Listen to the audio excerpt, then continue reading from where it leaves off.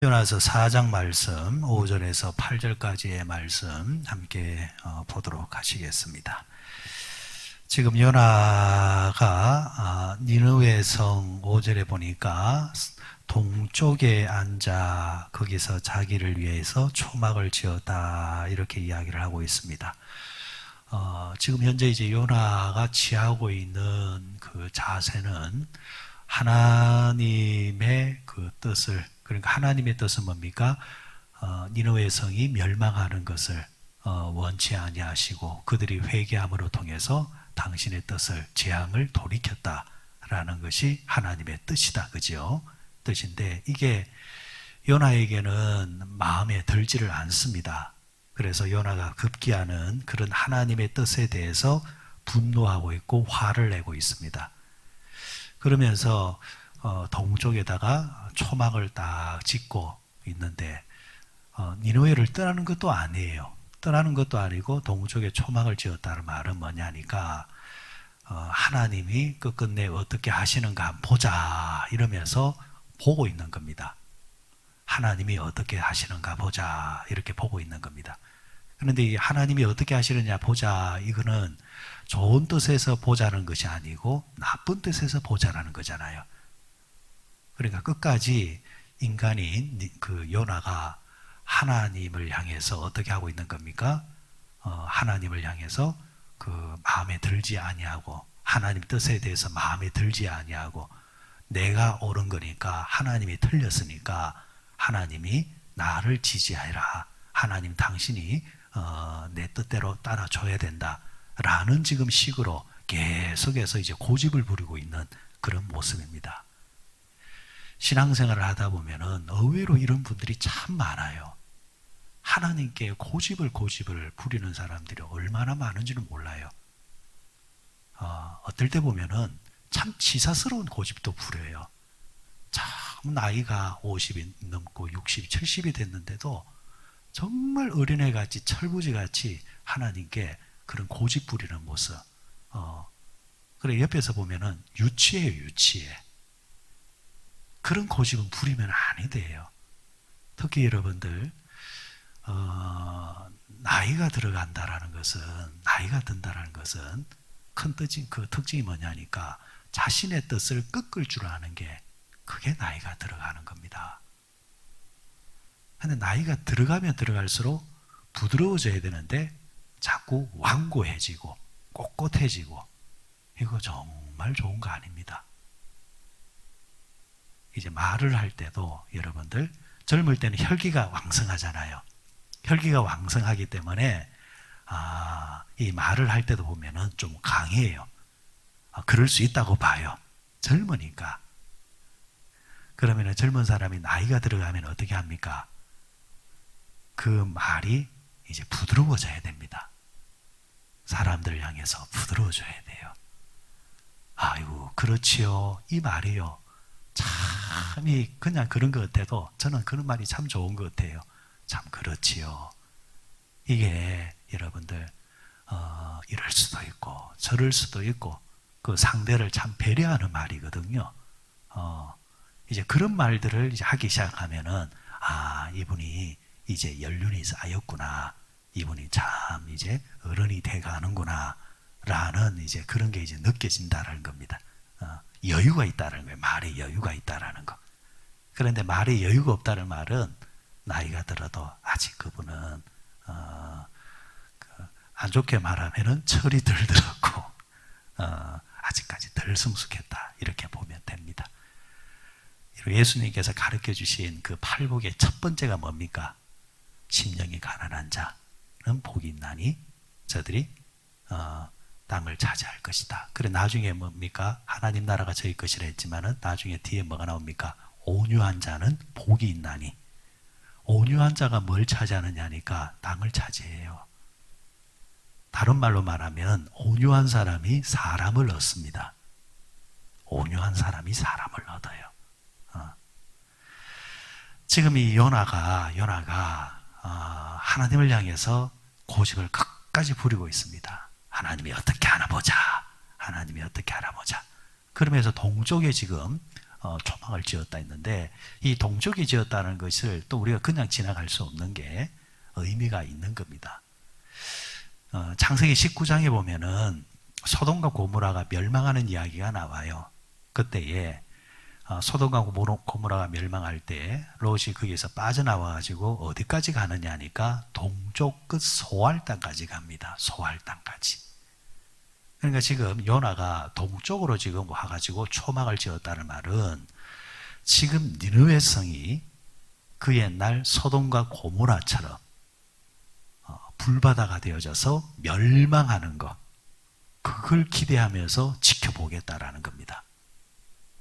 그러니까 요나가 끝까지 이제 자기 뜻에 맞춰서 니느웨 성이 그렇게 멸망하기를 지금 기대하면서 지금 보고 있다, 이렇게 보시면 되시겠습니다. 자, 그러면서 그렇지만은 어떻습니까? 하나님은 자신의 뜻을 돌이켰습니까? 안 돌이켰습니까? 하나님의 특징, 사람을 죽이는 데 있어서는 하나님이 계획했다가도 뜻을 돌이키는 경우가 있습니다. 언제? 회개할 때 하나님의 뜻을 돌이킵니다. 그런데 하나님이 사람을 살리려고 할 때에 뜻을 돌이킬 때가 있느냐? 없습니다. 하나님은 우리를 살리기 위해서 오셨기 때문입니다. 이게 하나님의 속성이에요. 자, 하지만은 사람을 살리든 죽이든 간에 그것은 누구의 손에 있는 겁니까? 하나님의 손에 있는 겁니다. 그건 하나님의 주권입니다. 하나님의 주권. 지난번에도 말씀드렸지만은 나의 생각과 하나님의 생각이 상충할 때는 누가 고개를 숙여야 된다? 내가 고개를 숙여야 된다. 하나님을 이겨먹으려고 결코 하지 마라. 지금 요나는 끝까지 자기의 생각을 바꾸지 않고 하나님의 생각을 바꾸려고 하지만은 하나님은 결코 자신의 생각을 바꾸지 않는다. 자, 요나가 이렇게 나오니까 하나님이 이제 교육을 시킵니다. 교육을 시키는데 어떻게 교육을 시키느냐 하니까, 자, 요나가 동쪽 끝에다 초막을 지었다 했습니다. 이 초막이라는 것은 천막과도 또 다른 개념입니다. 임시입니다. 임시적으로 지었기 때문에 허술합니다. 중동 지역의 그 낮 시간에 햇빛이 얼마나 강렬합니까? 거기서 지켜보자 그 안에 들어앉았지만은 너무 더울 거란 말입니다. 그런데 하나님이 밤새 거기에 뭐가 자라겠느냐 하니까 박넝쿨이 자라게 하셨다 했습니다. 박넝쿨. 자연스럽게 초막 위에다 박넝쿨이 생겨나니까 그늘이 져니다. 이 박넝쿨에 지나지 않지만은 요나 입장에서는 정말 그게 그늘이 생기니까 기분이 좋은 거예요. 그래서 성경에도 박넝쿨로 인해서 기뻐했다, 이렇게 말을 하고 있습니다. 기뻐하고 있는 겁니다. 자, 이 기뻐했다는 대목이 중요한 대목입니다. 조금 이따 설명드리겠습니다. 그리고 나서 하나님이 또 어떻게 하시느냐, 그 박넝쿨이 시들어버리게 만듭니다. 벌레를 통해서 다 갉아버리게 만듭니다. 자, 그러자 요나가 어떻게 하느냐 하니까, 조금 전에 박넝쿨로 인해서 기뻐했던 사람이 이제 그 박넝쿨이 벌레로 인해서 없어지게 되어지자 하늘을 쳐다보면서 하나님께 원망하기 시작합니다. 성내기 시작합니다. 불평하기 시작합니다. 그때 하나님이 이렇게 말씀합니다. 야, 너 박넝쿨 한낱 박넝쿨을 네가 아끼는데 내가 그곳에 있는 10만이 넘는 사람을 아끼는 것이 합당하지 않느냐? 너는 그 작은 것 하나 있다가 없어지니까 화가 나고 기분이 나쁜데, 나는 이렇게 많은 사람들이 없어지는 것에 대해서 화가 안 나겠느냐? 그런데 그들이 돌아온다고 하는데 내가 그것을 버리겠느냐? 이렇게 요나에게 그 박넝쿨로 통해서 교훈하고 있습니다. 여기서 여러분, 인간의 속성이 하나 나와요. 어떤 속성이냐? 자, 보세요. 조금 전에 요나가 뭐 때문에 기뻐했습니까? 박넝쿨 때문에 기뻐했지요. 근데 기뻐하면서 그가 그 기쁨 때문에 하나님께 감사했습니까? 감사 안 했잖아요. 그런데 그 박넝쿨이 없어졌을 때 하나님께 어떻게 합니까? 원망하잖아요. 저급한 신앙의 형태가 바로 요겁니다. 감사할 때는 하나님은 감사할 대상은 아니고, 안 좋은 일이 생기면은 하나님은 원망의 대상이 생겨버립니다. 이게 저급한 신앙의 수준이에요. 수준 높은 신앙은 뭡니까? 여러분, 하박국이 뭐라고 고백했습니까? 나는 여호와로 말미암아 기뻐하리로다. 외양간에 소가 없어도, 포도나무에 열매가 없어도, 나는 누구로 인해서? 여호와로 인해서. 이에 반해서 요나는 수준이 낮은 게 뭡니까? 감사할 일이 생길 때는 감사에 대해서는 전혀 하지를 않습니다. 1년 365일이 지나도, 1년에 52주가 지나도 감사헌금 한 번 할 줄 모르는 사람들이 있습니다. 그게 뭐냐면은 일상의 삶이 하나님이 나와 함께 하시고 하나님이 나를 통해 역사하신다는 고백이 없기 때문이에요. 사람과 사람 사이에도 보세요. 정말 그분이 내게 귀하다 이라면 어떻게 합니까? 조그만 정성을 통해서라도 감사하려고 해요. 그런데 평상시에 감사를 안 하는 사람들이 특징을 한번 보세요. 평상시에 감사가 없는 사람들은 기가 막히게 원망할 일은 그렇게 잘 찾아냅니다. 이래서 원망, 저래서 원망이에요. 감사를 잘하는 사람은 원망이 적고, 감사가 없는 사람은 원망이 커. 이게 비례하고 있더라는 거예요. 저는 이 대목에서 어젯밤에 잠시 이 말씀을 묵상하면서 또 신앙의 형태가 여기서 나오는구나. 박능쿨이 하룻밤새 어떻게 자랍니까? 초막을 지었는데 그 다음날 갑자기 박능쿨이 생겨서 그늘이 생긴다는 게 어떻게 이게 가능합니까? 그러면은 선지자 정도 되면은 하나님 정말 고맙습니다.